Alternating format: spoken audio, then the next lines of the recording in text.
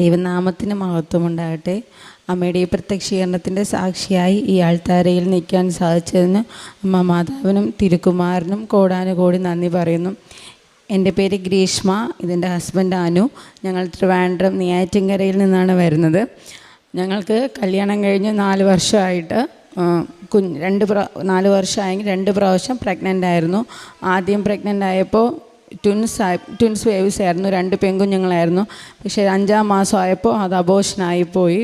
അപ്പോൾ എൻ്റെ സെർവിക്സിന് കട്ടി കുറവെന്നാണ് ഡോക്ടർ പറഞ്ഞത്. സെക്കൻഡ് ഒരു 4 മാസം കഴിഞ്ഞപ്പോൾ വീണ്ടും പ്രഗ്നൻ്റ് ആയി. അപ്പോഴും വീണ്ടും 6-ാം മാസം ആയപ്പോൾ അത് അബോർഷനായി. അത് ഒരു മോനായിരുന്നു. പക്ഷേ ഈ പ്രഗ്നൻസിയിൽ 3-ാം മാസം സ്റ്റിച്ചിട്ട് കഴിഞ്ഞാൽ കുഞ്ഞ് പോകത്തില്ല, കിട്ടുമെന്നാണ് ഡോക്ടർ പറഞ്ഞിരുന്നത്. അങ്ങനെ 3-ാം മാസം സ്റ്റിച്ചിട്ടിട്ടുണ്ടായിരുന്നു ഞങ്ങൾ. എന്നിട്ടും 5-ാം മാസം ആയപ്പോൾ കുഞ്ഞ് നഷ്ടപ്പെട്ടു ഞങ്ങൾക്ക്. അപ്പോഴത്തേക്ക് ഡോക്ടർ പറഞ്ഞിരുന്നു ഹസ്ബൻഡിനോട്, ഇനി എനിക്ക് എൻ്റെ ബോഡിയിൽ വീക്കാണ്, ഇനി ഒരു ഡെലിവറി ഉണ്ടാവത്തില്ല. പക്ഷേ അന്നേരം എനിക്ക് അറിയില്ലായിരുന്നു. അത് കഴിഞ്ഞ് ഒരു കുഞ്ഞിന് വേണ്ടി ഒത്തിരി പ്രാർത്ഥിച്ച്, പക്ഷെ പ്രാർത്ഥനയേക്കാൾ ഉപരി പേടിയായിരുന്നു ഇനി ഒരു കുഞ്ഞ് നഷ്ടപ്പെട്ടു പോകുമെന്നുള്ളത്. അങ്ങനെ ഇരിക്കെ കുറച്ച് നാളിന് ശേഷം എൻ്റെ ഒരു കസിൻ വഴി കൃപാസനത്തിനെ പറ്റി അറിയണ്ടായി. അപ്പോൾ അവൾ പറഞ്ഞു, ചേച്ചി അവിടെ പോകാൻ പറ്റിയില്ലെങ്കിൽ ഓൺലൈൻ വഴി ഉടമ്പടി എടുത്ത് പ്രാർത്ഥിക്കുക, കുഞ്ഞിനെ കിട്ടുമെന്ന് പറഞ്ഞു. പക്ഷേ എനിക്ക് മാതാവിനെ പറ്റി അങ്ങനെ കൂടുതലൊന്നും അറിയില്ലായിരുന്നു. അതുകൊണ്ട് ഞാൻ അതൊന്നും ചെയ്തില്ല. പക്ഷെ അവൾ പ്രെയർ അയച്ചു തന്നിരുന്നു. ആ പ്രെയർ ഞാൻ പ്രാർത്ഥിക്കുമായിരുന്നു. അങ്ങനെ അവളോടത്ത് കൃപാസനത്തിനെ പറ്റി സംസാരിച്ച് 10 ദിവസം കഴിഞ്ഞപ്പോഴത്തേക്കും ഞാൻ വീണ്ടും പ്രഗ്നൻ്റ് ആയെന്ന് അറിഞ്ഞിട്ട് ഭയങ്കര പേടിയായിരുന്നു. വീണ്ടും ഇത് നഷ്ടപ്പെട്ടു പോകും 5-ാം മാസത്തിൽ, അങ്ങനെ പേടിയായിരുന്നു. അപ്പോൾ ഡോക്ടർ വീണ്ടും പറഞ്ഞു 3-ാം മാസം ആകുമ്പോൾ സ്റ്റിച്ചിടാമെന്ന്. മുമ്പ് ഇതുപോലെ സ്റ്റിച്ചിട്ട് പോയതുകൊണ്ട് ഞങ്ങൾക്കതിലൊരു വിശ്വാസമില്ലായിരുന്നു. അങ്ങനെ 3-ാം മാസം സ്കാൻ ചെയ്തപ്പോൾ സെർവിക്സ് ലെന്ത് വീണ്ടും കുറവായിരുന്നു, 3 ആയിരുന്നു. അത് വീണ്ടും കുറഞ്ഞുകൊണ്ട് വരെയാണ് ഡോക്ടർ പറഞ്ഞു. അപ്പോൾ സ്റ്റിച്ചിടാൻ ബുദ്ധിമുട്ടുണ്ടെന്ന് ഡോക്ടർ പറഞ്ഞു. അങ്ങനെ ഞാൻ വീട്ടിൽ പോയപ്പോൾ അവൾ എന്നോട് വീണ്ടും ഫോൺ ചെയ്ത് പറഞ്ഞു, ചേച്ചി ഓൺലൈൻ ഉടമ്പടി എടുത്ത് പ്രാർത്ഥിക്ക്, ഒന്നും ഉണ്ടാവില്ല എന്ന് പറഞ്ഞു. അങ്ങനെ നവംബർ 14-ാം തീയതി ഞാൻ ഓൺലൈൻ ഉടമ്പടി എടുത്തു. ഓൺലൈൻ ഉടമ്പടി എടുത്തതിന് ശേഷം ഞാൻ നന്നായിട്ട് പ്രാർത്ഥിച്ചു. പിറ്റേ ദിവസം സ്കാനിങ്ങിൽ സെർവിക്സ് ലെന്ത് 4.5 ആയി മാറി. അപ്പം ഡോക്ടർ പറഞ്ഞു സ്റ്റിച്ചിടാം, ഒരു കുഴപ്പമില്ല എന്ന് പറഞ്ഞു. സ്റ്റിച്ചിട്ടതിന് ശേഷം ഫുൾ ബെഡ് റെസ്റ്റാണ് പറഞ്ഞിട്ടുണ്ടായിരുന്നത്. അങ്ങനെ 5-ാം മാസം ആയപ്പോൾ വീണ്ടും എനിക്ക് ബുദ്ധിമുട്ട് വന്നു. ചെറിയ വേദനയും ഭയങ്കര ചുമയും. അങ്ങനെ എനിക്ക് ചുമയ്ക്കാൻ പാടില്ലായിരുന്നു സ്റ്റിച്ചിട്ടിക്കുന്നതുകൊണ്ട്. നല്ല ഫുൾ ബെഡ് റെസ്റ്റ് ആയിരുന്നു. അപ്പോഴേ ചേട്ടനാണെങ്കിൽ ജനുവരി 5-ാം തീയതി ഇവിടെ വന്ന് തീർത്ഥാടന ഉടമ്പടി എടുത്തു. ചേട്ടൻ ഇവിടെ ഉടമ്പടി എടുക്കാൻ വരുന്നേരം എന്നെ ഹോസ്പിറ്റലിൽ കൊണ്ടുപോകണുണ്ടായിരുന്നു പെയിനായിട്ട്. ചേട്ടൻ ഇവിടെ ഉടമ്പടി എടുത്ത് തിരിച്ച് വന്നപ്പോഴത്തേക്കും എനിക്ക് പെയിൻ എല്ലാം മാറി. എന്നെ ഡിസ്ചാർജ് ചെയ്തു. അന്നോട്ട് എല്ലാ ദിവസവും ഉടമ്പടി തൈലം ഞാൻ വയറിൽ പൂശി പ്രാർത്ഥിക്കുമായിരുന്നു. ഞങ്ങൾ മുടങ്ങാതെ രാവിലെ 5 മണിക്ക് എണീറ്റ്, ഡെലിവറിക്ക് പോകുന്ന അന്ന് വരെയും 5 മണിക്ക് എണീറ്റ് കുളിച്ച് 5:30 ആയപ്പോൾ പ്രാർത്ഥിക്കുമായിരുന്നു. മുടങ്ങാതെ ബൈബിൾ വായിക്കുകയും എല്ലാം ചെയ്തു. ആദ്യം അങ്ങനെ ബൈബിൾ വായിക്കുകയൊന്നും അങ്ങനെ അറിയില്ലായിരുന്നു. പക്ഷേ കൃപാസനത്തിൽ അച്ഛൻ്റെ ധ്യാനം അതെല്ലാം കേട്ടത് വഴിയാണ് ഇതെല്ലാം ചെയ്തു തുടങ്ങിയത്. അതിനുശേഷം 7-ാം മാസം ആയപ്പോൾ 7-ാം മാസം സ്കാനിങ്ങിൽ ഡോക്ടർ പറഞ്ഞു കൊച്ചിന് ബ്രെയിനിലോട്ട്, തലച്ചോറിലോട്ട് ബ്ലഡ് സർക്കുലേഷൻ കുറവാണ്. അപ്പോൾ ഡെലിവറി സമയത്ത് ചിലപ്പോൾ കുഞ്ഞ് ഇറങ്ങി വരാനുള്ള ബുദ്ധിമുട്ട് കാരണം തുടയെല്ലിൽ കുരുങ്ങി മരിച്ചു പോകാൻ സാധ്യതയുണ്ട്. അപ്പോൾ നമുക്ക് ഉറപ്പില്ല എന്ന് പറഞ്ഞു. അഥവാ കുഞ്ഞിനെ കിട്ടിയാൽ തന്നെ കുഞ്ഞിന് ചിലപ്പോൾ അംഗവൈകല്യമോ അങ്ങനെ ഉണ്ടെങ്കിലുള്ള കുഞ്ഞായിരിക്കും, ഞങ്ങൾക്കിതിലൊന്നും ഗ്യാരണ്ടി പറയില്ല എന്ന് ഡോക്ടർ പറഞ്ഞു. അപ്പോൾ ചേട്ടൻ വീണ്ടും ഇവിടെ വന്നിരുന്നു. ഇവിടെ വന്ന് അച്ഛനെ കാണാൻ പറ്റി. എൻ്റെ ഫോട്ടോ മാതാവിൽ വെച്ച് അച്ഛൻ പ്രാർത്ഥിച്ചു. എനിക്കൊരു കാശ് രൂപം തന്നായിരുന്നു. ആ കാശ് രൂപവും ഞാൻ എന്നും കയ്യിൽ വെച്ച് അവിടെ പ്രാർത്ഥിച്ചുകൊണ്ടിരുന്നു. എന്നിട്ട് എല്ലാ സ്കാനിങ്ങിന് പോകുമ്പോഴും കൃപാസന പത്രവും കാശ് രൂപവും മുറുകെ പിടിച്ചുകൊണ്ട് പോകും. സ്കാനിങ്ങിന് പോകുമ്പോഴും കാശ് രൂപം കയ്യിൽ നിന്ന് വിടത്തില്ല. അങ്ങനെ പ്രാർത്ഥിച്ചു. പക്ഷേ സ്കാനിങ്ങിന് അവസാനം വരെയും ഡോക്ടർ പറഞ്ഞു, 9-ാമത്തെ മാസം വരെയും പറഞ്ഞു കൊച്ചിന് ബ്ലഡ് സർക്കുലേഷൻ ഇല്ല, കിട്ടുമെന്ന് ഉറപ്പ് പറഞ്ഞില്ലായിരുന്നു ഡോക്ടർ. 7-ാം മാസം വീണ്ടും ബ്ലഡ് സർക്കുലേഷൻ കുറവാണ്, സിസേറിയൻ ചെയ്യണം എന്ന് പറഞ്ഞിട്ട് ലേബർ റൂമിൽ കയറ്റിയപ്പോൾ ഞാൻ കാശുരൂപം എൻ്റെ കയ്യിൽ തന്നെ വെച്ചിരുന്നു. പക്ഷേ കാശുരൂപം ഒന്നും കൊണ്ടു കയറാൻ പാടില്ല. പക്ഷേ ഞാൻ ആരും കാണാതെ കയ്യിൽ തന്നെ വെച്ച് പ്രാർത്ഥിച്ചു, എനിക്ക് സിസേറിയൻ ചെയ്യരുത് ദൈവമേ. 9 മാസം തികഞ്ഞ് മാത്രമേ ഞാൻ പ്രസവിക്കാവുള്ളൂ എന്നും. അങ്ങനെ പിറ്റേ ദിവസം എന്ത് സംഭവിച്ചെന്ന് അറിയില്ല. ഡോക്ടർ വന്ന് ചെക്ക് ചെയ്തിട്ട് പറഞ്ഞു ഡിസ്ചാർജ് ചെയ്ത് പോയിക്കോളാൻ. എന്നിട്ട് 9 മാസം ആവുന്നേ വരെയും കുഞ്ഞ് എൻ്റെ വയറിൽ തന്നെ ഉണ്ടായിരുന്നു. അപ്പോഴും ഇഷ്യൂസ് ഡോക്ടേഴ്സ് പറഞ്ഞുകൊണ്ട് തന്നെ ഇരുന്നു. 9 മാസം കംപ്ലീറ്റ് ആയപ്പോഴത്തേക്കും ഡെലിവറിക്ക് വേണ്ടി കയറ്റി ലേബർ പെയിൻ 5 മണിക്കൂർ ഉണ്ടായിരുന്നു. 5 മണിക്കൂർ കഴിഞ്ഞിട്ടും നല്ല പെയിൻ മാത്രം, ഡെലിവറി ആവുന്നില്ല. പിന്നെ ബ്ലീഡിങ് ആയി തുടങ്ങിയപ്പം ഡോക്ടർ പറഞ്ഞു ഇനി സിസേറിയൻ ചെയ്യണം, ഇത് ഡെലിവറി ആവാൻ ബുദ്ധിമുട്ടുണ്ട്, സിസേറിയൻ ചെയ്യണമെന്ന്. അങ്ങനെ സിസേറിയൻ ചെയ്യാൻ കയറ്റി മെയ് 21-ാം തീയതി വൈകുന്നേരം, ചൊവ്വാഴ്ച ദിവസമായിരുന്നു ഉടമ്പടി ധ്യാന ദിവസം. അന്നാണ് ഞങ്ങൾക്ക് കുഞ്ഞിനെ കിട്ടുന്നത്. കുഞ്ഞ് പുറത്ത് വന്നപ്പോഴത്തേക്കും എൻ്റെ യൂട്രസ് കണ്ട് ഡോക്ടർ തന്നെ അതിശയിച്ച് പോയിരുന്നു. യൂട്രസിനകം ഫുൾ ബാക്ടീരിയ ഇൻഫെക്ഷൻ കൊണ്ട് നിറഞ്ഞിട്ടുണ്ടായിരുന്നു. സ്റ്റിച്ച് ഇടാൻ പറ്റാത്ത പോലെ പിഞ്ചു പോയിരുന്നു യൂട്രസ്. ഡോക്ടർ പുറത്തിറങ്ങി വന്ന് ഈ കുഞ്ഞെങ്ങനെ അതിനകത്തിരുന്നെന്ന് അറിയില്ല. എന്നിട്ട് ഡോക്ടർ പറഞ്ഞു സ്റ്റിച്ച് ഇടാൻ പറ്റുന്നില്ല, അഥവാ സ്റ്റിച്ച് ഇടാൻ പറ്റുന്നില്ല എന്നുണ്ടെങ്കിൽ യൂട്രസ് റിമൂവ് ചെയ്യേണ്ടി വരും എന്ന് ഹസ്ബൻഡിനോട് വെളിയിൽ വന്ന് പറഞ്ഞായിരുന്നു. അപ്പോഴും ചേട്ടൻ ഉടമ്പടി അന്നത്തെ ധ്യാനം കേട്ട് പ്രാർത്ഥിച്ചുകൊണ്ടേയിരുന്നു. എന്നിട്ട് ഒരു കുഴപ്പമില്ലാതെ സ്റ്റിച്ച് ഇടാൻ പറ്റി. അങ്ങനെ ഞങ്ങളെ മോളെ ഞങ്ങൾക്ക് കിട്ടി. നവംബർ 21-ാം തീയതിയായിരുന്നു. അങ്ങനെ ഞങ്ങൾ ഒത്തിരി പ്രാർത്ഥിച്ച് ആണ് ഞങ്ങൾക്ക് കിട്ടിയത്. ഞങ്ങളെ മോളെ പ്രാർത്ഥന എന്നാണ് പേരിട്ടിരിക്കുന്നത്. കൃപാസന ഇത് അറിഞ്ഞില്ലായിരുന്നെങ്കിൽ ഞങ്ങൾക്ക് ഉറപ്പായിട്ടൊരു കുഞ്ഞ് ഈ ജീവിതത്തിൽ ഉണ്ടാവില്ലായിരുന്നു, അത് ഉറപ്പാണ്. പത്രം ചേട്ടൻ കൊടുക്കുമായിരുന്നു. എനിക്ക് ബെഡ് റെസ്റ്റ് ആയതുകൊണ്ട് പോകാനൊന്നും പറ്റില്ലായിരുന്നു. ചേട്ടൻ ഹോസ്പിറ്റലിൽ അവിടെയായിരുന്നു നമ്മൾ അടുത്ത് വീടെടുത്ത് താമസിച്ചുണ്ടായിരുന്നത്. അവിടെ എല്ലാം പത്രം കൊടുക്കുമായിരുന്നു, ആഹാരം ഉണ്ടാക്കി കൊടുക്കുമായിരുന്നു. 145-ാം സങ്കീർത്തനം 18-ാം തിരുവചനം അരുളി ചെയ്യുന്നു, തന്നെ വിളിച്ചപേക്ഷിക്കുന്നവർക്ക്, ഹൃദയ പരമാർത്ഥതയോടെ വിളിച്ചപേക്ഷിക്കുന്നവർക്ക് കർത്താവ് സമീപസ്ഥനാണ്. തൻ്റെ ഭക്തന്മാരുടെ ആഗ്രഹം അവിടുന്ന് സഫലമാക്കുന്നു. അവിടുന്ന് അവരുടെ നിലവിളി കേട്ട് അവരെ രക്ഷിക്കുന്നു. തങ്ങൾക്ക് എങ്ങനെയാണ് ഇന്നിപ്പോഴൊരു കുഞ്ഞുമായിട്ട് ഈ തിരുവൾത്താരയിൽ കയറി നിന്ന് പരിശുദ്ധ അമ്മയുടെ മധ്യസ്ഥതയിൽ തങ്ങൾക്ക് ലഭിച്ച സാക്ഷ്യം പങ്കുവയ്ക്കുവാനും ദൈവത്തെ മഹത്വപ്പെടുത്തുവാനും അനുവിനും ഗ്രീഷ്മയ്ക്കും സാധിച്ചത്. അതിൻ്റെ കുറച്ച് കാലഘട്ടങ്ങൾ തങ്ങൾ കടന്നുപോയത്, 2 മിസ്കാരേജ് വരുന്നു. പിന്നീടും ഇനി ഈ മകൾക്കൊന്ന് കൺസീവ് ചെയ്യുന്നതിനുള്ള ഒരു കപ്പാസിറ്റി ഒന്നുമില്ല, അത്രയേറെ യൂട്രസ് വീക്കാണ്, ഇനിയൊരു കുഞ്ഞുണ്ടാകില്ല എന്നൊക്കെ പറഞ്ഞ ആ ഒരു നിന്ന് ഉടമ്പടി, ഓൺലൈൻ ഉടമ്പടിയാണ് പിന്നീട് ഈ മകൾ എടുക്കുന്നത്. അങ്ങനെ എങ്ങനെയാണ് പിന്നീട് താൻ കൺസീവ് ആകുന്നു, എന്നാൽ അതിൻ്റെ ഓരോ ഘട്ടങ്ങളും, അതായത് ഓരോ സ്കാനിങ്ങിലും കോംപ്ലിക്കേഷൻസ് മാത്രമാണ് പറയുക. ഈ കുഞ്ഞിനെ കിട്ടുമെന്ന് യാതൊരു ഹോപ്പും ഇല്ലാത്ത രീതിയിലാണ് ഡോക്ടേഴ്സിൻ്റെ ഭാഗത്ത് നിന്ന് ഈ മക്കളോട് പറയുന്നത്. അങ്ങനെ പിന്നീടാണ് ഇവിടെ വന്ന് തീർത്ഥാടന ഉടമ്പടി എടുത്ത്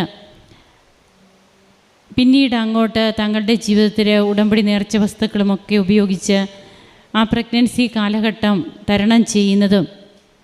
എന്നാൽ അവസാന നിമിഷം വരെയും കുഞ്ഞിന് എന്തും സംഭവിക്കാം, കുഞ്ഞിന് എന്തെങ്കിലുമൊക്കെ ജനിതകമായ കോംപ്ലിക്കേഷൻസ് ആ കുഞ്ഞിനുണ്ടാകാം. ഇങ്ങനെയൊക്കെ പറയുന്ന സാഹചര്യത്തിൽ ഇതാ ഞാനൊരു ഉടമ്പടി ചെയ്യുന്നു, ലോകത്തൊരിടത്തും ഒരു ജനതയുടെ ഇടയിൽ നടന്നിട്ടില്ലാത്ത തരം അത്ഭുതങ്ങൾ നിൻ്റെ ജനത്തിൻ്റെ മുമ്പിൽ ഞാൻ പ്രവർത്തിക്കും. പുറപ്പാടിൻ്റെ പുസ്തകത്തിൽ നാം വായിക്കുന്ന തിരുവചനങ്ങളാണ്. അങ്ങനെ ഇന്ന് തങ്ങൾക്കൊരിക്കലും സാധിക്കില്ല എന്ന് ഡോക്ടേഴ്സ് പറഞ്ഞത്, ഈ മക്കൾക്ക് ഇന്ന് എങ്ങനെ അത് പരിശുദ്ധ അമ്മയുടെ തിരുനടയിൽ വന്ന് ഉടമ്പടി എടുക്കുമ്പോൾ തങ്ങൾക്കതെങ്ങനെ സാധ്യമാകുന്നു, അതിന് ഡെലിവറിക്ക് ശേഷവും എങ്ങനെയായിരുന്നു ഈ മകളുടെ യൂട്രസ് മൊത്തം ബാക്ടീരിയ കൊണ്ട് ഇൻഫെക്ഷൻ, ഈ കുഞ്ഞ് ഈ യൂട്രസിൽ എങ്ങനെ കിടന്നു എന്നുള്ളത് തന്നെയാണ് ഡോക്ടേഴ്സിനെ അത്ഭുതപ്പെടുത്തിയതെന്നാണ് നാം കേട്ടത്. അങ്ങനെ യാതൊരു ഇൻഫെക്ഷനും കൂടാതെ കുഞ്ഞിനെ ഇവർക്ക് ലഭിക്കുകയും ഇന്ന് ഏറ്റവും സന്തോഷത്തോടെ ഈ മക്കൾ ഇവിടെ വന്നു നിന്ന് സാക്ഷ്യം പറയുമ്പോൾ നമ്മുടെ ജീവിതത്തിൽ നാം അനുഭവിക്കാത്ത അല്ലെങ്കിൽ കേട്ടിട്ടില്ലാത്ത കാര്യങ്ങൾ, ഒരിക്കലും സംഭവിക്കാത്തതൊക്കെ ജീവിതത്തിൽ നടക്കുന്നു. ഇതിന് ഈ കൃപാസന അൾത്താരയിൽ പരിശുദ്ധ അമ്മ ജീവനോടെ പ്രത്യക്ഷപ്പെട്ട ആലയമാണിത്. ഇവിടെ ലൂർദിലും ഫാത്തിമയിലുമൊക്കെ നാം കേൾക്കുന്ന അനുഭവങ്ങളുണ്ട്. എന്നാൽ ഇന്ന് നമ്മുടെ ഈ കൊച്ചു കേരളത്തിൽ നമുക്ക് കയ്യെത്തിപ്പിടിക്കാവുന്ന ദൂരത്തിൽ ഒരു പുതിയ ലൂർദ് അല്ലെങ്കിൽ ഒരു പുതിയ ഫാത്തിമ ഇന്നിവിടെ അവതരിക്കുകയാണ്. പരിശുദ്ധ അമ്മയുടെ പ്രത്യക്ഷീകരണമാണ് ഇതിനൊക്കെ നമുക്ക് നിദാനമായിട്ടുള്ളത്. അമ്മയുടെ പ്രത്യക്ഷീകരണത്തിൻ്റെ സാക്ഷികളാവുക, അതിനു വേണ്ടിയിട്ടാണ് നാം ഉടമ്പടിയെടുത്ത് പ്രാർത്ഥിക്കേണ്ടത്. അമ്മ സ്വർഗം തുറന്ന് ഇറങ്ങി വന്ന ഈ മണ്ണിൽ ഇവിടെ വന്ന് നാം പ്രാർത്ഥിച്ചാൽ നടക്കാത്ത കാര്യങ്ങളൊന്നുമില്ല എന്നാണ് അനുദിന സംഭവങ്ങൾ, അനുദിന അനുഭവങ്ങൾ നമ്മോട് പറയുക. നമുക്ക് കരങ്ങളടിച്ച് ഈ കുടുംബത്തെ സമർപ്പിച്ച് ഇവർക്ക് ദൈവം നൽകിയ ഈ കുഞ്ഞിനെ ഓർത്ത് നന്ദി പറഞ്ഞുകൊണ്ട് ദൈവത്തെ ആരാധിക്കാം. ഈശോയ്ക്കും അമ്മയ്ക്കും നന്ദി പറയാം. അമ്മയ്ക്കും കോടാനുകോടി നന്ദി. ആദ്യം തന്നെ ഞാൻ പറയട്ടെ, എൻ്റെ പേര് വർഗീസ് ഞാളിയൻ, എന്നാർപ്പുറം ഇടവക, കർണാടക ഡിസ്ട്രിക്റ്റാണ് എൻ്റെ. ഞാൻ ഇവിടെ ഉടമ്പടി എടുക്കാൻ വരാനുള്ള കാരണം, എൻ്റെ ഭാര്യയുടെ ചേച്ചിമാർ 2 പേര് ഇവിടെ വന്ന് ഉടമ്പടി എടുക്കാറുണ്ട്. അങ്ങനെ അവർ 3-4 പ്രാവശ്യം ഇവിടെ ഉടമ്പടി എടുത്തു. അപ്പോൾ ഒരു ദിവസം ഞാൻ യൂട്യൂബിൽ തുറന്നു നോക്കി, ഇവർ അവിടെ പോയിട്ട് എന്ത് കാര്യസാധ്യം നേടാനാണ് എന്താണെന്നറിയാൻ കണക്കാക്കി നോക്കിയപ്പോൾ അച്ഛൻ പറയുകയാണ് 6 കൽഭരണികൾ നിറയ്ക്കണ ട്രിക്സ് ഇങ്ങനെ പറഞ്ഞുകൊണ്ടിരിക്കുകയാണ്. അപ്പോൾ എൻ്റെ മനസ്സിൽ തോന്നി, എനിക്ക് 6 അല്ല 100 ഇപ്പോൾ അവിടെ പോയിട്ട് എന്ത് ചെയ്യിക്കാനാ എന്നും പറഞ്ഞുകൊണ്ട് ഞാൻ ആ മൊബൈൽ അപ്പോൾ തന്നെ ഓഫ് ചെയ്ത് വെച്ചപ്പോൾ എന്താ സംഭവിച്ചു, പെട്ടെന്ന് എൻ്റെ കണ്ണുകൾ 2 അടഞ്ഞുപോയി. ഞാനങ്ങനെ ഉറക്കത്തിലിരിക്കണ തിരിഞ്ഞു നോക്കുമ്പോൾ ഈശോ അങ്ങനെ മരുഭൂമി കൂടെ ഇങ്ങനെ നടന്നു പോവുകയാണ്. നടന്നു പോയിക്കൊണ്ട് എന്നെ ഇങ്ങനെ പെറോട്ട് തിരിഞ്ഞ് നോക്കിക്കൊണ്ട് എന്നെ ഒരു ചിരി. അപ്പോൾ എനിക്ക് മനസ്സിലായി, എന്നോട് ഈശോ പറയുകയാണ് കൃപാസനത്തിൽ പോകാനാണ് എന്ന്. ഞാനപ്പോൾ തന്നെ പിന്നെ മൊബൈൽ തുറന്നു നോക്കിയപ്പോൾ അച്ഛൻ അതേ ടോക്ക് തന്നെ പറയുകയാണ് 6 കൽഭരണികൾ നിറച്ച കഥ. അങ്ങനെ അത് കേട്ടു. അത് കഴിഞ്ഞു, അവിടെ അവസാനിപ്പിച്ചു. അപ്പോൾ ഞാൻ എൻ്റെ ഭാര്യയോട് പറഞ്ഞു, എടീ നമുക്കും കൂടി പോകാം, കൃപാസനത്തിൽ പോയി പ്രാർത്ഥിക്കാം, അപ്പം നമുക്കും എന്തെങ്കിലും തരാനായിട്ട് ഈശോ എനിക്ക് കാണിച്ചു തരുന്നുണ്ട്, നമുക്ക് പോകാമെന്ന് പറഞ്ഞു. അപ്പോൾ അങ്ങനെ ഞാൻ ഏപ്രിൽ 10-ാം തീയതിയാണത് സംഭവിച്ചത്. ഏപ്രിൽ 16-ാം തീയതി 2024 അന്ന് ഞാനും എൻ്റെ ഭാര്യയും എൻ്റെ കൊച്ചുമടക്കം ഇവിടെ കൃപാസനത്തിൽ വന്ന് ഉടമ്പടി എടുത്ത് പ്രാർത്ഥിച്ച് വീട്ടിൽ പോയി അങ്ങനെ 3 മാസം തികയാറാവുമ്പോൾ ആഗസ്റ്റ് മാസം 29-ാം തീയതി. അപ്പോൾ 29-ാം തീയതി രാവിലെ 5:30 എനിക്ക് ഞാൻ എൻ്റെ കൃപാസന പ്രാർത്ഥനകളൊക്കെ ചൊല്ലി അത് കഴിഞ്ഞ് പള്ളിയിൽ പോയി കുർബാന സ്വീകരിച്ച് അത് വീട്ടിൽ വന്ന് ചായ കുടിച്ചിട്ട് എൻ്റെ കൃഷിസ്ഥലങ്ങൾ ഞങ്ങൾ താമസിക്കുന്ന ഞങ്ങളുടെ വീടിന് ഒത്തിരി ഒരു 8 കിലോമീറ്റർ ദൂരെയായിരുന്നു മുന്നുണ്ടായിരുന്നത് ചെറുപ്പത്തിൽ. ഇപ്പം ഞങ്ങൾ സിറ്റിയിൽ തന്നെയാണ്. അന്ന് അവിടെ അള്ളിയാണ്. അവിടേക്ക് പോകാനായിട്ട് എൻ്റെ കൂട്ടുകാരനെ കാണാനായിട്ട് ഞാൻ അവിടെ പോയി. അവിടെ ചെന്നിരിക്കെ എന്നോട് ഒരാൾ പിറകെ ഇരുന്നിട്ട് പറയുകയാണ്, വഴി കിടന്ന ആൾക്കാർ മരിക്കണു, നീ വീട്ടിൽ പോ എന്ന്. ഒരു പ്രാവശ്യം പറഞ്ഞു. അപ്പം ഞാനത് ശ്രദ്ധിച്ചില്ല. പിന്നെയും കൂട്ടുകാരനോട് തമാശ പറഞ്ഞുകൊണ്ടിരുന്നു. 2-ാം പ്രാവശ്യവും പറഞ്ഞു, വഴി കിടന്ന ആൾക്കാർ മരിക്കണു, നീ വീട്ടിൽ പോകുന്നു. അപ്പോൾ ഞാൻ പിറകോട്ടും മുന്നോട്ടൊക്കെ നോക്കി, ഇതെന്താ ചോദിച്ചു, എങ്ങനെ കാണിച്ചു തരണേ എന്ന് ഞാൻ പിന്നെയും നോക്കി. അപ്പോഴും ഒന്നും കാണുന്നില്ല. പിന്നെ ഞാൻ തമാശയ്ക്ക് ഇങ്ങനെ അവനോട് ഓരോ കാര്യങ്ങൾ പറഞ്ഞുകൊണ്ടിരുന്നു. അപ്പോൾ തന്നെ പിന്നെ പറഞ്ഞു. അപ്പോഴേക്കും എനിക്കൊരു ചെറിയ പരവശം പോലെ ഉള്ളി കിടന്ന് തോന്നി. അപ്പോൾ എനിക്ക് മനസ്സിലായി ഇത് എന്നോടാണ് പറയുന്നത്. അപ്പോൾ തന്നെ 3-ാം പ്രാവശ്യവും വഴി കിടന്ന ആൾക്കാർ മരിക്കണു, വീട്ടിൽ പോകുന്നു. ഞാൻ എന്നിട്ട് അവിടുന്ന് വെള്ളം കഴിച്ചു. അപ്പോൾ തന്നെ ഇറങ്ങി പുറപ്പെട്ടു. അപ്പോഴേക്കും എൻ്റെ കൂട്ടുകാരെ ഓടി വന്നിട്ട് പറഞ്ഞു, ഇല്ല നിനക്ക് എന്തോ അസുഖക്കുറവുണ്ട്, നീ വീട്ടിൽ പോകരുത്, നിന്നെ ഞാൻ കൊണ്ടുവന്നാക്കാമെന്ന് പറഞ്ഞു. അപ്പോൾ ഞാൻ പറഞ്ഞു, എനിക്കൊരു കുഴപ്പമില്ല, എനിക്കൊരു പരോക്ഷമുള്ളൂ മാത്രമേ ഉള്ളൂ, വേറെ ഒന്നുമില്ല എന്ന് പറഞ്ഞു. അങ്ങനെ ഞാൻ ബൈക്കെടുത്തു. ബൈക്കിൽ 8 കിലോമീറ്റർ പോരണം, അള്ളിക്കട പോരണം, കാട് വഴിയാണ്. 8 കിലോമീറ്റർ വന്ന് വീട്ടിൽ വന്നിരുന്ന് തുണികളൊക്കെ മാറി. അത് കഴിഞ്ഞപ്പോൾ എൻ്റെ ഭാര്യയോട് ഞാൻ പറഞ്ഞു, ഒരു ഗ്ലാസ് വെള്ളം താടി, എനിക്ക് എന്തോ പരോക്ഷം പോലെയെന്ന്. എന്നിട്ട് വെള്ളം കഴിച്ചു. അവൾ വെള്ളം എടുക്കാനായിട്ട് അകത്തേക്ക് പോയി. അപ്പോൾ എൻ്റെ വീട് ചെറുതാണ്, വീടിൻ്റെ വരന്തതിൽ ഇങ്ങനെ ഞാൻ അവിടെ ഇരുന്നു കഴിഞ്ഞപ്പോൾ തോന്നി കിടക്കാമെന്ന്. അവിടെ കിടന്നു. അത്രമാത്രമേ എനിക്കറിയുള്ളൂ, വേറെ ഒരു കാര്യം എനിക്കറിയില്ല. ഉടൻ തന്നെ ഇവൾ വന്ന് വെള്ളം കൊണ്ടുവന്ന സമയത്ത് ഞാൻ മരയിച്ച് കിടക്കാണ്. എനിക്ക് ബോധമൊന്നുമില്ല, ഒന്നുമില്ല. എൻ്റെ കഴുത്തൊക്കെ ഇങ്ങനെ തിരിഞ്ഞു പോയി, നാക്കൊക്കെ പുറത്ത് വന്നു, 1-2 അവിടെ തന്നെ കഴിഞ്ഞു. അങ്ങനെ ഇരിക്കുകയല്ല ഇവൾ വന്ന് അലറി വിളിച്ചു, എൻ്റെ ചേട്ടായേ എന്ന് പറഞ്ഞ് അലറി വിളിച്ചപ്പോൾ അവളും ബോധം കെട്ട് വീണു. ഉടൻ തന്നെ അവിടെ അരിയച്ചത്ത് എൻ്റെ വീടിൻ്റെ മുൻവശത്ത് തന്നെ സ്ഥലം കൊടുത്തിട്ടുണ്ട് ഇഷ്ടിയായിട്ട് ഉണ്ടാക്കാനായിട്ട്. അവരവിടെ ആൾക്കാർ പണിക്കാരുണ്ടായി, അവരൊക്കെ ഓടി വന്ന് നോക്കിയപ്പോൾ ഞാൻ അങ്ങനെ കിടക്കാണ്. അപ്പോൾ ഓരോരുത്തർ പറഞ്ഞു, ഇല്ല ഇത് എന്തോ അസ്മരമാണ്, അസ്മരം ആയതുകൊണ്ട് ഇവന് ഇരുമ്പിൻ്റെ എന്തെങ്കിലുമൊക്കെ കാണിച്ചു കൊടുക്കാം, തൊടിച്ച് കഴിഞ്ഞാൽ മാറുമെന്ന് പറഞ്ഞ് ചിലവർ തുടങ്ങി. അപ്പോഴേക്ക് അയൽക്കത്തെ ഒരു നർസ് ഉണ്ടായിരുന്നു, അവൾ ഓടി വന്നിട്ട് പറഞ്ഞു, ഇല്ല ഇത് അറ്റാക്കായതാണ്, ആൾ പോയിന്ന് തോന്നണേ, ആൾക്ക് ഒരു രക്ഷയില്ല, ഒരു കാരണത്താൽ രക്ഷപ്പെടാൻ സാധിക്കില്ലെന്ന് പറഞ്ഞു. അങ്ങനെ ഇരിക്കെ അവർ ഓടി വന്ന് 2 ബൈക്കും കൊണ്ടുവന്ന് ആൾക്കാർ വേഗം വന്ന് എന്നെ എടുത്തുകൊണ്ട് അവിടെ ഗവൺമെൻറ് ഹോസ്പിറ്റലുണ്ട് എൻ്റെ വീടിൻ്റെ 1 കിലോമീറ്റർ ദൂരെ. അവിടെ കൊണ്ടുപോയി ഡോക്ടറെ കാണിച്ചപ്പോൾ ഡോക്ടർ പറഞ്ഞു, ഇല്ല ഇവൻ പോയി, ഇവന് ഒന്നും രക്ഷയൊന്നുമില്ല, ചെറിയൊരു ചൂട് മാത്രമേ ഉള്ളൂ, ഇവനെ കൊണ്ടൊന്നും സാധിക്കില്ല എന്ന് പറഞ്ഞു. അങ്ങനെ പറഞ്ഞല്ലേ ഇപ്പം നമ്മുടെ കൂട്ടുകാരന്മാർ 2 കൊണ്ടുപോയവർ പറഞ്ഞു, ഇല്ല ഒരു കാരണവശാലും ഇവൻ മരിക്കുകയില്ല, ഇവൻ അങ്ങനത്തെ വ്യക്തിയല്ല, അത് എത്ര പൈസ വേണമെങ്കിലും ഞാൻ തന്നോളാം, നിങ്ങൾ ഞങ്ങളുടെ ഈ ആളെ മാത്രം രക്ഷപ്പെടുത്തി തരണമെന്ന് പറഞ്ഞു. അങ്ങനെ എന്നാൽ നിങ്ങൾ കൊണ്ടുപോകലാൻ പറഞ്ഞു. അവർ അവിടെ നിന്ന് വേറെ വണ്ടി വിളിച്ച് ശിവമോഗ എന്ന് പറയുന്ന ലൈഫ് കെയർ എന്ന് പറയുന്ന സ്ഥലത്തേക്ക് കൊണ്ടുപോയി. അവിടെ ഇതിന് ആർട്ടിന് സംബന്ധമായ ആശുപത്രിയാണ്. അവിടെയാണ് നമ്മുടെ NR-40 കൂടുതൽ ആൾക്കാർ പോകുന്ന സ്ഥലം. അവിടെ ചെന്നു അവർ ചെക്കപ്പ് ചെയ്തിട്ടും പറഞ്ഞു, ഇത് ഒരു കാരണവശാലും കിട്ടുവാനായിട്ട് ഒരു വഴിയുമില്ല, ഇവൻ്റെ ജീവൻ കിട്ടാനായിട്ട് ഒരു വഴിയില്ല, നിങ്ങൾ വേറെ എന്തെങ്കിലും മാർഗം നോക്കിക്കോളാൻ പറഞ്ഞു. അപ്പോൾ അവർ പറഞ്ഞു, ഇല്ല എത്ര പൈസയായാലും കുഴപ്പമില്ല, നിങ്ങൾ തന്നെ ചികിത്സിച്ചാൽ മതി, അതുകൊണ്ട് എൻ്റെ ചേട്ടൻ രക്ഷപ്പെടും, നിങ്ങൾ ചികിത്സിക്കാൻ പറഞ്ഞു. അങ്ങനെ അവർ പറഞ്ഞ് നിർബന്ധങ്ങളാൽ ഒരു 35,000 രൂപയുടെ ഒരു ഇഞ്ചക്ഷൻ ചെയ്തു. ഇഞ്ചക്ഷൻ ചെയ്ത് കഴിഞ്ഞപ്പോൾ അവർ പറഞ്ഞു 3 മണിക്കൂർ സമയമുണ്ട് ഇഞ്ചക്ഷത്തിന്, അതിനുള്ളിലെങ്ങാനും ശരീരത്തിൽ ചൂട് കൂടുന്നുണ്ടെങ്കിൽ മാത്രമേ നമുക്ക് എന്തെങ്കിലും ചെയ്യാൻ പറ്റുള്ളൂ എന്ന് പറഞ്ഞു. അങ്ങനെ ഇരിക്കെ 3 മണിക്കൂർ കഴിഞ്ഞു, ശരീരത്തിൽ ചൂട് കൂടണില്ല. അപ്പോൾ ഇവർ ചെന്ന് ഒച്ചയെടുത്തു, നിങ്ങൾ എന്തെങ്കിലും ചെയ്യാനുണ്ടെങ്കിൽ ഇല്ലെങ്കിൽ പിന്നെ ആളെ വേറെ എന്തെങ്കിലും വഴി നോക്കണമെന്ന് പറഞ്ഞു. അപ്പോൾ അവർ എൻജിയോപ്ലാസ്റ്റി ചെയ്യാമെന്നും പറഞ്ഞ് എൻജിയോപ്ലാസ്റ്റി ചെയ്ത് കൊണ്ടുപോയി. 3 ബ്ലോക്ക് ഉണ്ടായിരുന്നു, അത് 100% തീർന്നതായിരുന്നു. 3 ബ്ലോക്കും എൻജിയോപ്ലാസ്റ്റി ചെയ്തു. അതിനുശേഷം അവർ തിരിച്ചു കൊണ്ടുവന്ന് ICUയിൽ ഇട്ടു. അവിടെ ഒരനക്കവുമില്ല, അതേ കണ്ടീഷനിൽ അങ്ങനെയൊക്കെ തന്നെ 3 ദിവസം കഴിഞ്ഞു. 3-ാം ദിവസം രാത്രി, എനിക്ക് തോന്നുന്നു രാത്രിയാണ്, അവർ പറഞ്ഞതനുസരിച്ച് രാത്രിയാണ്.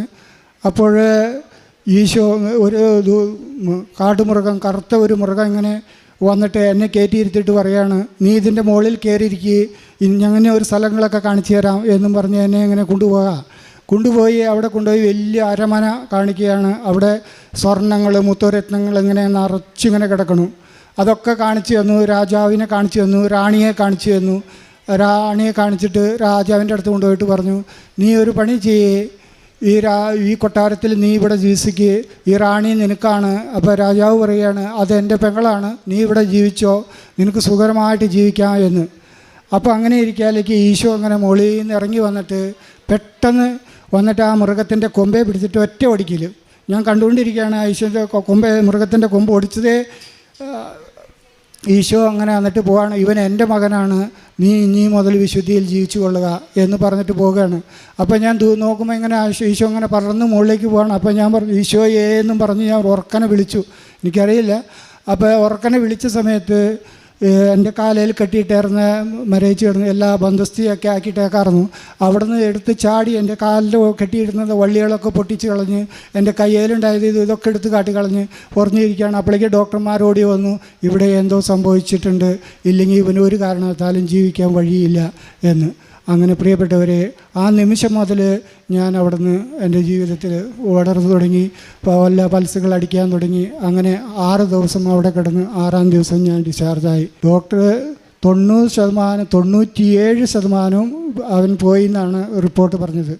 3% മാത്രമേ ഉള്ളൂ, അതിൽ കൂടുതലൊന്നുമില്ല, ഇവനൊരു കാരണത്താലും കിട്ടില്ല, ഇവിടെ ഞങ്ങൾക്ക് പറ്റാത്തതാണ്, നിങ്ങളുടെ നിർബന്ധം കൊണ്ട് ചെയ്യാമെന്നും പറഞ്ഞാണ് ഈ 35,000 രൂപയുടെ ഇഞ്ചക്ഷൻ ചെയ്തത്.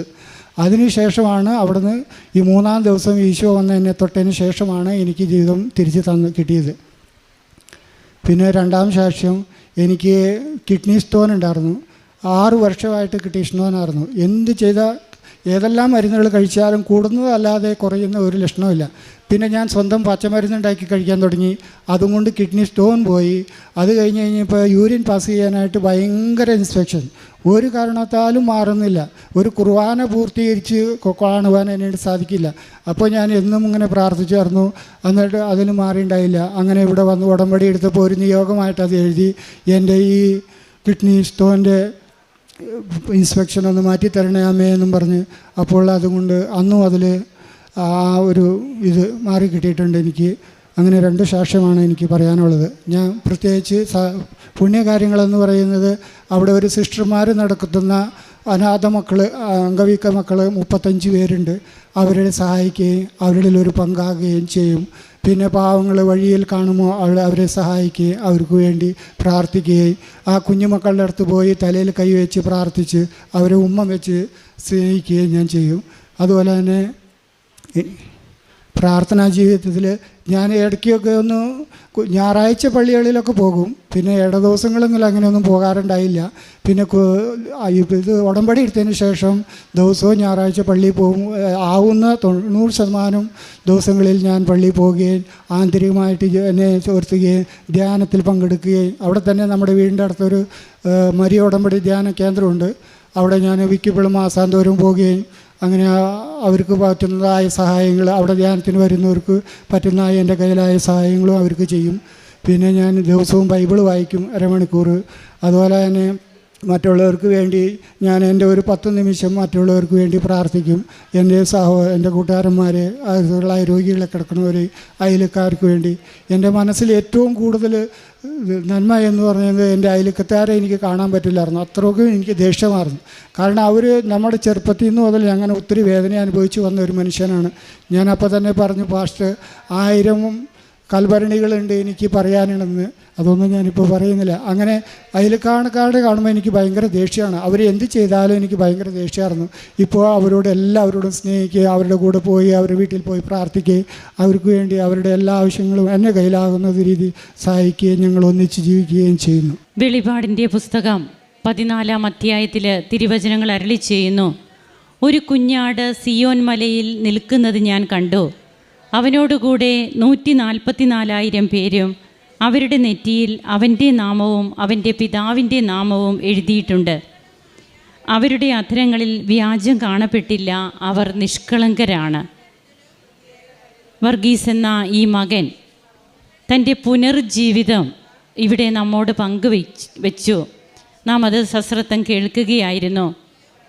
എങ്ങനെയാണ് തനിക്ക് ഉടമ്പടി എടുക്കാൻ സാഹചര്യമുണ്ടായത്, എങ്ങനെ അവിടെയും ഈശോ എങ്ങനെ ഈ മകനെ ഈശോ ഒരു ദർശനം കൊടുക്കുകയാണ്. ആ ദർശനത്തിൽ ഈ മകൻ വീണ്ടും ആ ദർശനത്തിലൂടെ ഈശോ തന്നോട് ഒരു പുഞ്ചിരി ഈശോ സമ്മാനിച്ചു. ആ പുഞ്ചിരിയിൽ ഇദ്ദേഹത്തിന് മനസ്സിലായി താൻ ഇങ്ങോട്ട് വരണമെന്ന്. അങ്ങനെ ഇവിടെ വന്ന് ഉടമ്പടി എടുത്തതിന് ശേഷം തൻ്റെ ജോലിസ്ഥലത്തായിരിക്കുമ്പോൾ ചെവിയിൽ താനൊരു സ്വരം കേൾക്കുന്നു, മനുഷ്യർ വഴിയിൽ കിടന്ന് മരിക്കും, നീ വേഗം വീട്ടിൽ പോവുക. 1 അല്ല 3 പ്രാവശ്യം. അപ്പോഴാണ് ജോലി സ്ഥലത്ത് നിന്ന് ഈ മകൻ വീട്ടിലേക്ക് എത്തുന്നതും പിന്നീട് നടന്ന കാര്യങ്ങൾ ഓരോന്നും നാം കേട്ടു. അതായത് 97% ജീവൻ പോയി. 3% മാത്രമാണ് തൻ്റെ ശരീരത്തിൽ അല്പം ചൂടുള്ളത്. തനിക്ക് ബോധമില്ല. അങ്ങനെ കിടന്ന ദിവസങ്ങൾ ഒരാഴ്ചയോളം അങ്ങനെ കിടന്നു എന്നാണ് നാം കേട്ടത്. 35,000 രൂപയുടെ ഇഞ്ചക്ഷൻ അതെടുത്തിട്ട് പോലും 3 ദിവസം ഒരേ കിടക്കുന്ന ബോധമില്ലാതെ കിടക്കുന്ന മകൻ. 100% ബ്ലോക്ക്, 3 ബ്ലോക്കാണുള്ളത്. അപ്പോൾ ഇതൊക്കെ ഈ മകൻ തന്നെ ഇവിടെ വന്നതെന്ന് പറയുമ്പോൾ വെളിപാടിൻ്റെ പുസ്തകത്തിൽ ഒരു മൃഗത്തിൻ്റെ കാര്യവും അത് അങ്ങനെ ബൈബിൾ നമ്മോട് പറയുന്ന കാര്യങ്ങൾ തന്നെയാണ് ഈ മകൻ പിന്നീട് തൻ്റെ സ്വപ്നത്തിൽ കാണുന്നത്. അങ്ങനെ ഈശോ തൻ്റെ അടുത്തേക്ക് വരുന്നതും പിന്നീട് ഈ മകൻ എങ്ങനെയാണ് ജീവിതത്തിലേക്ക് തിരിച്ചു വന്നത്. ഉടമ്പടി നേർച്ച വസ്തുക്കൾ ഉപയോഗിച്ചു. താൻ അതായത് വീട്ടിൽ വീണ ആ നിമിഷം തന്നെ തൻ്റെ വൈഫ് കൊണ്ടുവന്ന് ഉടമ്പടി തൈലം പൂശി പ്രാർത്ഥിച്ചു. അതിനുശേഷം ആ മകളും ബോധം കെട്ടു എന്നാണ് നാം അറിഞ്ഞത്. അതായത് തൻ്റെ ഹസ്ബൻഡിൻ്റെ സീരിയസ്നെസ് അത്രമാത്രം ആയിരുന്നു എന്നാണ് അപ്പം നാം മനസ്സിലാക്കുക. അങ്ങനെ ഇന്ന് ഇവിടെ ജീവനോടെ ഈ മകൻ വന്ന് നിൽക്കുമ്പോൾ തനിക്ക് ഇനി ജീവിതത്തിലേക്കൊരു തിരിച്ചുവരവില്ല, ഹോസ്പിറ്റലുകളൊന്നും അക്സെപ്റ്റ് ചെയ്യാത്ത ഒരവസ്ഥയിൽ ഡോക്ടേഴ്സ് പിന്നെ എന്താ പറഞ്ഞത്? ഇവൻ എന്തോ മെറിക്കൽ നടന്നിട്ടുണ്ട്, അല്ലാതെ ഇവൻ ഒരിക്കലും ഇവിടെ രക്ഷപ്പെടാനായിട്ട് സാധിക്കില്ല എന്ന്. അതിന് സാക്ഷിയായിട്ട് എൻ്റെ കൂട്ടത്തിൽ എൻ്റെ കൂട്ടുകാരൻ്റെ പെങ്ങളുടെ മകളാണ് ഓപ്പറേഷൻ തിയേറ്ററിലുണ്ടായത്. അപ്പോൾ അവൾ കൂട്ടുകാരനെ വിളിച്ച്, അവൻ്റെ കൂട്ടുകാരനെ വിളിച്ച് പറഞ്ഞു, ചേട്ടായി ഒരു കാരണവശാലും വർഗീസേട്ടൻ ജീവിക്കില്ല, 90% പോയി കഴിഞ്ഞു, ഇതുവരെ ഒരു സംഭവം പുള്ളിയുടെ ശരീരത്തിൽ നിന്ന് പ്രതികരിക്കുന്നില്ല, അതുകൊണ്ട് നമുക്കൊന്നും ചെയ്യാനില്ല എന്ന് പറഞ്ഞു. അങ്ങനെ പറഞ്ഞ് 3-ാം ദിവസം ഇതിങ്ങനെ സംഭവിച്ചു കഴിഞ്ഞപ്പോൾ ഇവരെല്ലാവരും കൂടി, ഡോക്ടർമാരൊക്കെ പാടെ കൂടി ആലോചിച്ചിട്ട് ഒരു തീരുമാനം പറഞ്ഞു, ഇത് മെഡിക്കലല്ലാതെ വേറെ ഒന്നുമല്ല എന്ന്. അവിടെയുള്ളവരെല്ലാം ഹിന്ദുക്കൾ ഡോക്ടർമാരാണ്, ഒരു കാരണവശാലും നമ്മുടെ ക്രിസ്തീയ വിശ്വാസത്തിൽ ഉൾപ്പെട്ടവരല്ല. എങ്കിലും അവരെല്ലാം തീരുമാനിച്ച് പറഞ്ഞു, ഇതൊരു മെഡിക്കലാണ്, ഞങ്ങളുടെ ഇതിന് സാധിച്ചതല്ല, ഇവന് വ്യക്തി ജീവിക്കുവാനായിട്ട് സാഹചര്യമുണ്ടായത് ദൈവത്തിൻ്റെ കഴിവാണെന്ന് ഞാൻ ഉറച്ചു പറയുകയാണ്. കാരണം പ്രിയപ്പെട്ടവരെ, ഞാൻ ആഗസ്റ്റ് 29 10:15 നേരത്തെ ഞാൻ മരിച്ചതാണ്. രണ്ടാമത് ജീവിച്ചു വന്നതാണ് ഞാൻ. ഇതിന് ഈശോയ്ക്ക് കോടാനുകോടി നന്ദി. ഈശോയേ നന്ദി, ഈശോയേ നന്ദി, ഈശോയേ നന്ദി, മാതാവേ നന്ദി, മാതാവേ നന്ദി, മാതാവേ നന്ദി. നമുക്ക് കരങ്ങളടിച്ച് ഈശോയ്ക്കും അമ്മയ്ക്കും നന്ദി പറയാം, ദൈവത്തെ ആരാധിക്കാം, മഹത്വപ്പെടുത്താം.